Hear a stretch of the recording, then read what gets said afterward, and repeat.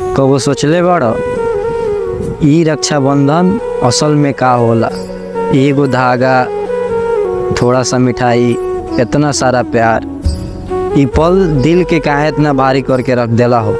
रक्षाबंधन एक दिन के ना होला हो, ई तो एगो वादा हो जौन हमनी के अपन बहन लोग के साथ बांधल जाला, उम्र भर के वादा निभावल जाला। सही कह तारा, रक्षाबंधन के मतलब ये है एक दूसरे खातिर हमेशा खड़ा रह, एक दूसरे के हमेशा साथ द।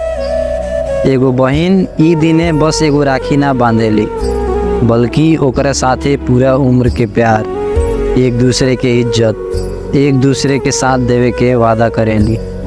रक्षाबंधन तो बस एगो मौका हो याद दिलावे खातिर कि हमनी के बहन हमनी खातिर कितना खास होली। भाई बहन के रिश्ता कितना अनमोल होला हो। एगो भाई अपना बहन खातिर पूरा दुनिया से लड़े खातिर तैयार रहेला, वैसे ही एगो बहन भी अपना भाई खातिर हमेशा तैयार रहेली। भाई बहन के प्यार कितना अजीब होला न। एगो भाई अपना बहन खातिर सब कुछ करेला तैयार रहेलन, लेकिन एगो बहन अपना भाई के हमेशा अपना से एक कदम आगे रखेली।